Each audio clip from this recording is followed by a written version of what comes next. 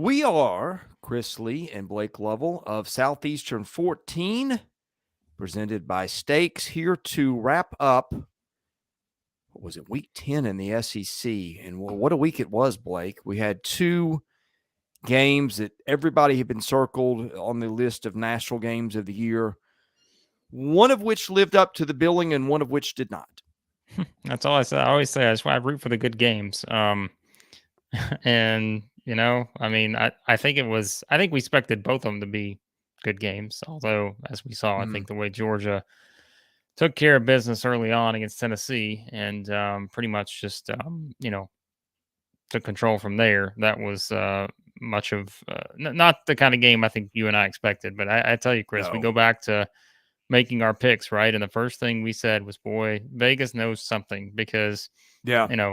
you and I decided to pick the Tennessee route. But I told you, like, man, when I saw that number open where it opened, I'm like, boy, they know something. And clearly they had seen enough data and samples over the years of trends and everything to suggest that Georgia was a double-digit favorite, perhaps against Tennessee. And, of course, it winds up being a 14-point game. So, yeah, I mean, look, Krusty. If there's anyone you can trust, it's Krusty. Absolutely. And look, Blaine's not in here, but don't worry, Tennessee fans. On the Wednesday night live stream, you already know what's coming on the Wednesday night live stream from Blaine. So just get ready for it because you know it's coming. Anyways, yeah, congrats to the Georgia folks. Got a lot of fine Georgia fans that follow our stuff. Yeah, that was a very impressive performance. And as the Vol fans will tell you, yeah, the season's not over for the Vols by no means. Because look, Chris, let me tell you this: this is not our best week of picks. I'll give you that. We do our picks for fun. We don't really, we're not like keeping up or anything. But like we do these for our entertainment, and we actually do them a lot. It's just for you guys to give your own picks, which you usually do in the comments. But the only one I got right, I think, I got a couple of the SEC ones right, but was the Notre Dame beating Clemson. I remember I kept telling you, I'm like, watch out for this Notre Dame. I kept said it multiple times. I was like, watch out because that's a tricky game for Clemson here. And, I can't say I would have expected it, maybe how it played out, but yeah, that's it's something. But I will see. I mean, it was a wild week in the SEC. LSU, just a monumental. That was just a great game. Like you said, just a fantastic game. What a finish. And man, that sets up a lot of fun possibilities, a lot of fun scenarios. And we're not going to get into them all on this live stream. I'll tell you that because your head will start hurting. But a lot of fun possibilities moving forward. Well, and there were some good games down the line, too, which I said I was interested in some other SEC games, that maybe I'm just some sort of sicko SEC football junkie, but I felt like all the games on the schedule had some appeal for one reason or other. You had a crazy game in Columbia with Kentucky and Missouri. You had the Aggie drama. You had Auburn making a sneaky good game with Mississippi State. That's interesting next week, Auburn and A&M. But anyway, Georgia, Tennessee, I think the thing that stood out to me was how much Georgia's front seven just dominated that game. I don't know how many times Hendon Hooker had a clean pocket, but it wasn't many times. And look, Hooker had, probably at least three that I can think of, good touchdown throws where, I say good touchdown throws. He had a receiver behind a defender, and if the throw was there, Tennessee gets a couple more touchdowns than it got. And that's not to say, whatever, Tennessee should have won the game. But I think that had a lot to do with Georgia's front seven. It rushes your timing. It makes you just a little bit off. And I just felt like he was just a little bit off all game. And I think that Kirby Smart came up with a tremendous plan to keep him in check. Yeah, no, like you said, I think Tennessee missed some, but those are just ones you chalk up, I think, through any course of a game. You're going to miss some of those that you'd love to have back. But the bigger story was that Georgia just, you said it. The line of scrimmage, those kind of things. And those were the things, again, if you were someone picking Tennessee going into the game, those were the things that made you hesitate a little bit because you're just thinking, man, this is one of those setups where you're going into this environment. You saw some of the penalties early on, right? That was, we talked about kind of that, especially early on. You could tell some of those false starts and such. But it was kind of a game where, the line of scrimmage, it was, I think the way I put it was Georgia just sort of flexing its strength would be a real possibility in this game. And like you saw that here, and, it did put so much pressure on Tennessee's offense to be nearly perfect, and they were not perfect. And I think that was what it was going to take. Quite honestly, that's the only way they would have won that game, was to just be absolutely flawless. And against Georgia's defense, that's not something that I think anyone can really do, just given what we've seen against them. So I felt like the second half was on some kind of a loop. I felt like Tennessee held the ball. It felt like the whole half. They would get to third down. Georgia would get a hold or a defensive, or pass interference or a roughing the quarterback and give Tennessee a new set of downs. And Tennessee would get down and just couldn't get points. And it just we said the disappointing weather game in too, wasn't terms it? of the drama. Like that Yeah. was, I mean, look, I'm not, don't anyone take this the wrong way. I'm not saying that impacted the outcome of the game, but we did mention, what if that comes into play in terms of if you are chasing, you're trying to play from behind and those kind of things. Like those are the things that you don't ever really think about, I guess, but it is kind of something that, certainly factors into games every now and then. But yeah, I mean, we kept saying like Georgia's the defending national champion for a reason, right? And they were still undefeated to this point.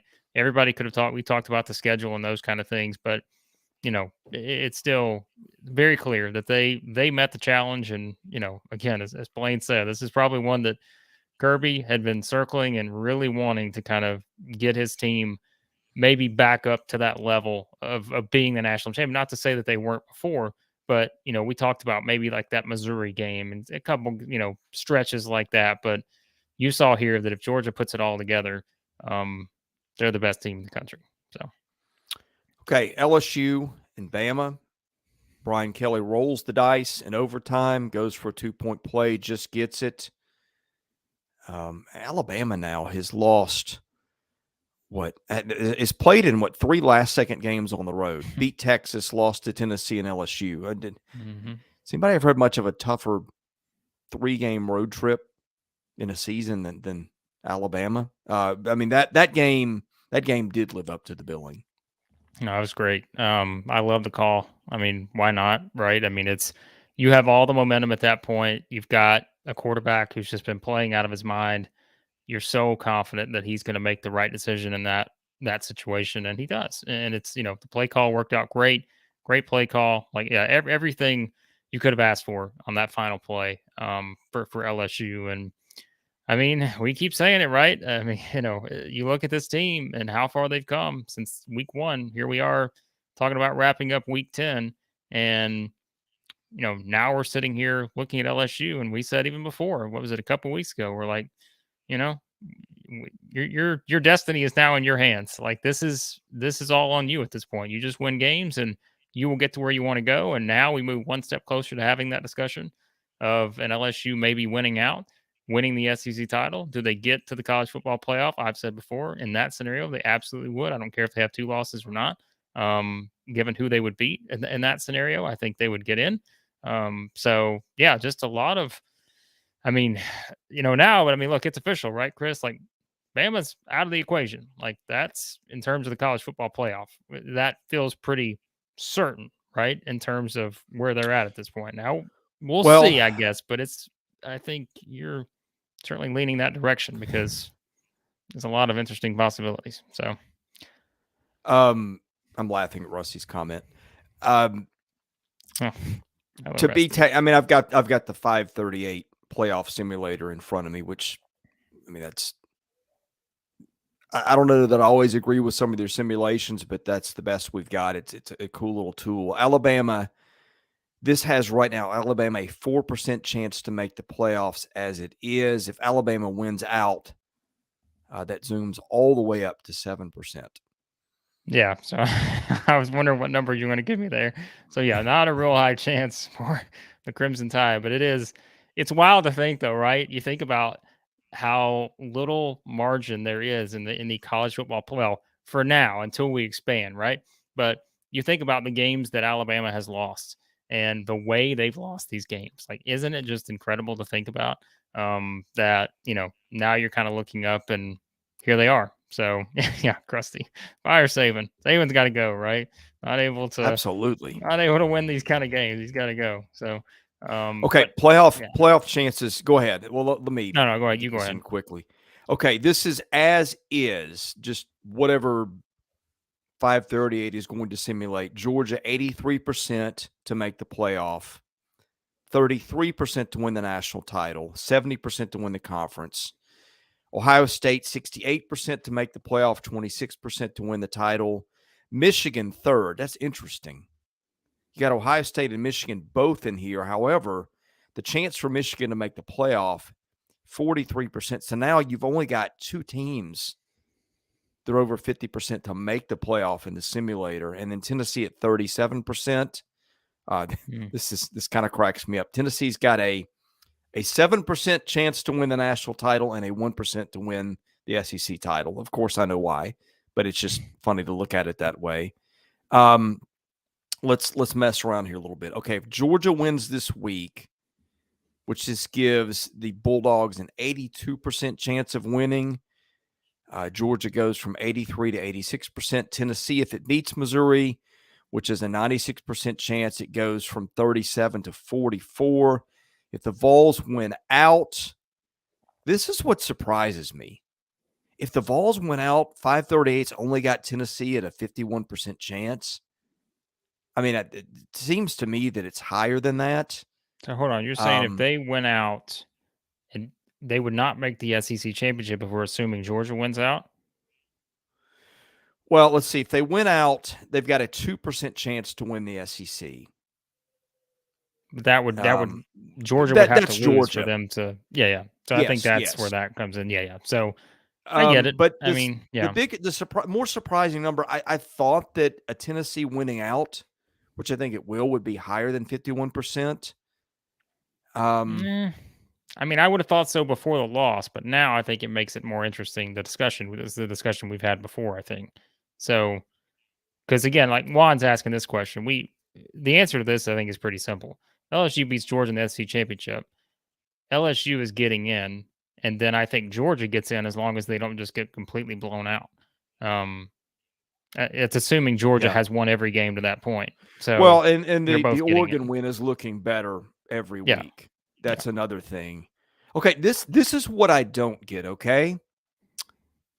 If Ohio State okay, never mind. I'd hit the wrong button. If Ohio State wins out, it's got a 99% chance to make the playoff, which of course it does.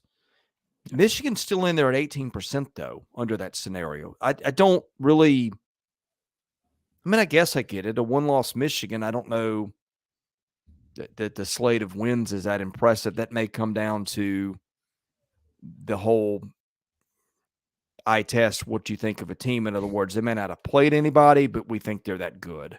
If it's a great game, Michigan, Ohio State, loser does not have another loss in the season. Winner goes on, wins the Big Ten. I think there's a really good chance they both get in. But that's going to depend on other factors as always. So we'll see. I think the SEC discussion for anyone who wants to have the LSU, yeah, you can't forget about TCU. They came from behind to win that game too this weekend, right? So I think, I think there's a good chance that I don't know. Now at this point with Clemson losing, it makes the conversation a lot more interesting because TCU has to go unbeaten. But you cannot forget about the Pac-12, I don't think either at this point. So yeah, we'll get there. It'll all play itself out. We'll get there. We're just playing hypotheticals, but it'll get there. So here's another one I don't get.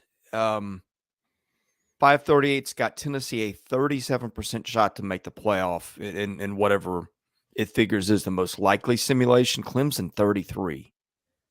I don't understand that one at all. I don't either.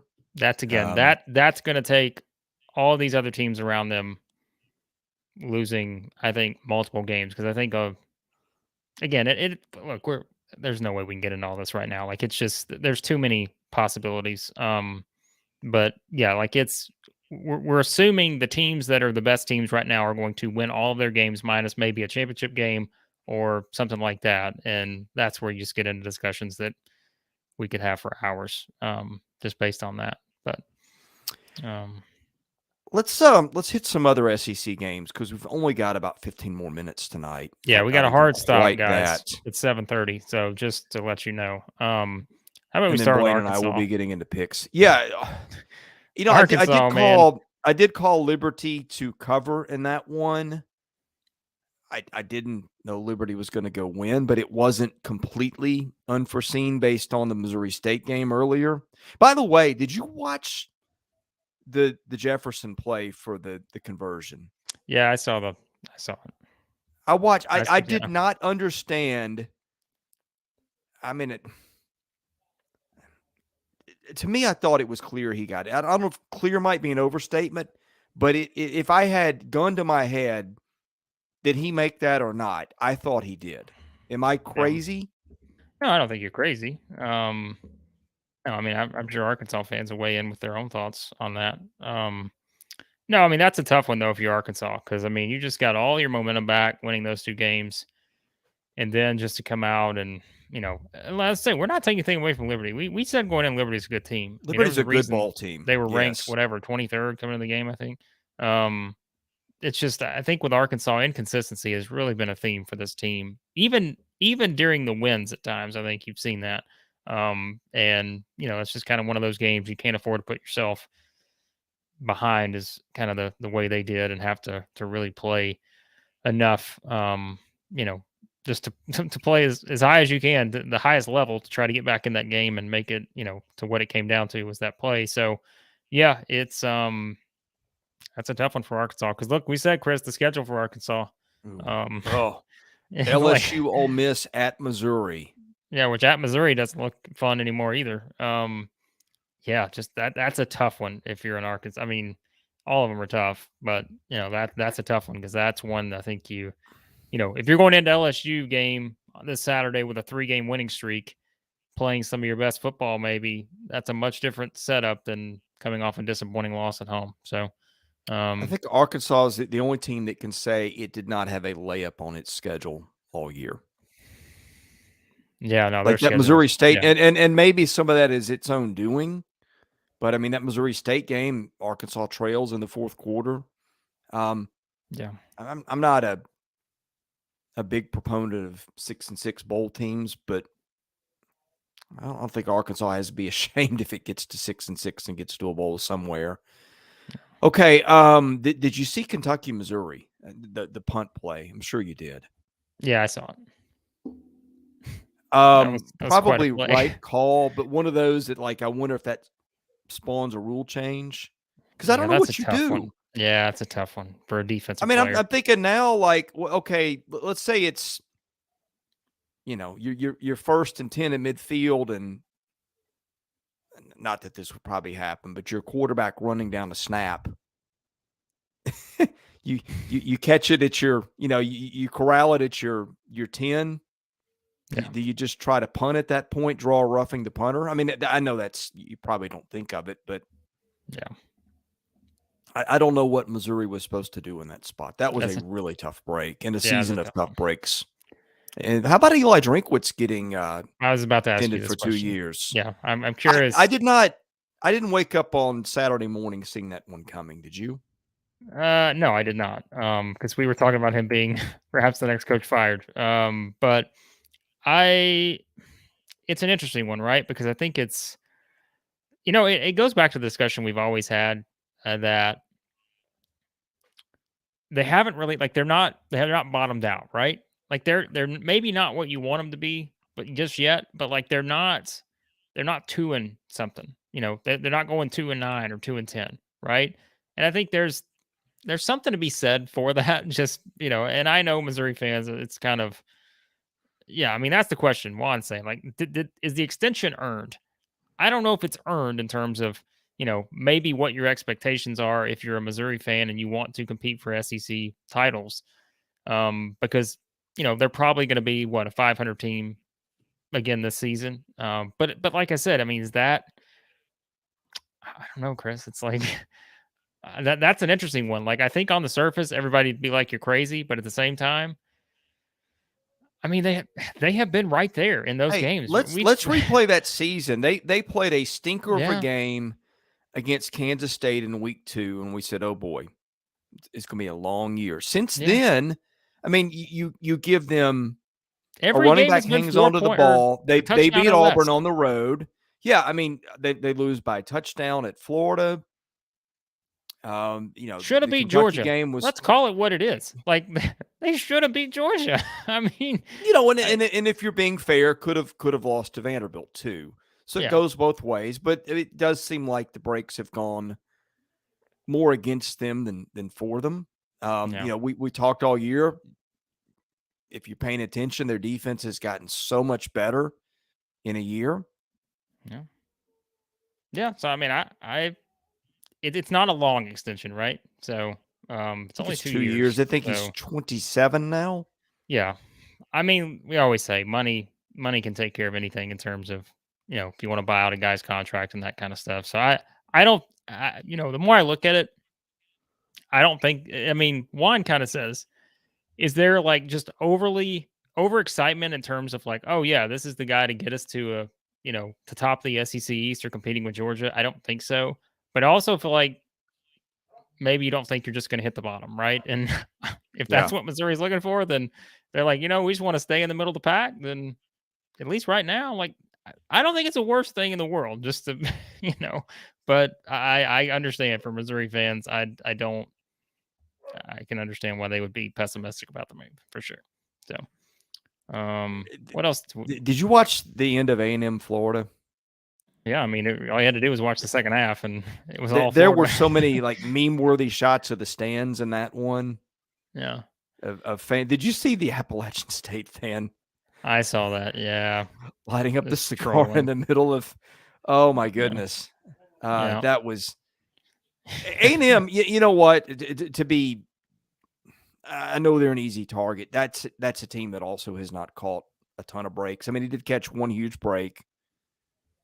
On the Arkansas field goal. Otherwise, man, think if that ball takes a different bounce, A&M is 2 wins at this point. Let yeah. that sink in. No, No, it's they've lost. A&M's lost a ton of close games. The inability to stop the run showed up again in that so they one. they didn't lose a close game this weekend because they got beat by 17. No, but So the flu hits them before the game, and we were I really know, looking forward to Connor I Wegman. What could he I know. do? They're back to Haynes King, and that's always a roller coaster. Yeah, Auburn and A&M. I mean, we've been calling this for a couple of weeks. That's I don't have the words for it. the The best masochistic second game of the worst year or team. something. I mean, look, But Auburn. Auburn's got something to play for now. What? I don't know. 6-6 and go to a bowl. What is that? I'm reaching. I mean, I don't think they have really anything to play for at this point. But like pride, I mean, that's about it. But no, I mean, look, I hesitate to say this because I don't want. I know Donovan's watching. I don't want him to get like we're not. He thinks they're going to win their next 3 games. Realistically, I don't think that's probably going to happen because they got to go to Alabama. But they can win the next 2, play Texas A&M and then Western Kentucky. But it's just not a great setup for the Tigers right now. So, SC football asked, we think Vandy would beat A&M. No, I don't think so. But, yeah. So that's the other one we didn't talk about. South Carolina goes in there without Marshawn Lloyd. Yeah, how about leads that one start to finish. Yeah, not the prettiest of ball games. Bowl eligible though, baby. That's yeah, that's what matters, right? With let's see, Clemson, I know to end the season, and between then Florida, Tennessee. That's a tough. Really had to get that one in Nashville, which Carolina did. Yeah. All right, guys. So we do have a hard stop here in about 3 to 5 minutes. So if anything else you want to discuss, we will get into this on the Wednesday night live stream. Sorry, our schedules have just kind of been this weekend. Usually we do our reaction videos after the games on Saturday, but schedules just have not cooperated. It happens sometimes. So we will talk more about. Obviously, we're gonna have all our preview videos up on Monday, so you can check out all of our previews for Week 11, and we will have the Wednesday night live stream as well. And like I said, if you're a Tennessee fan, Blaine will be ready for you on Wednesday, I assume. So a lot of stuff. So just hit that subscribe button. We appreciate you guys. You've been looking at the comments more than I have. Yeah. Juan's got any spreads that stand out. We'll do our picks.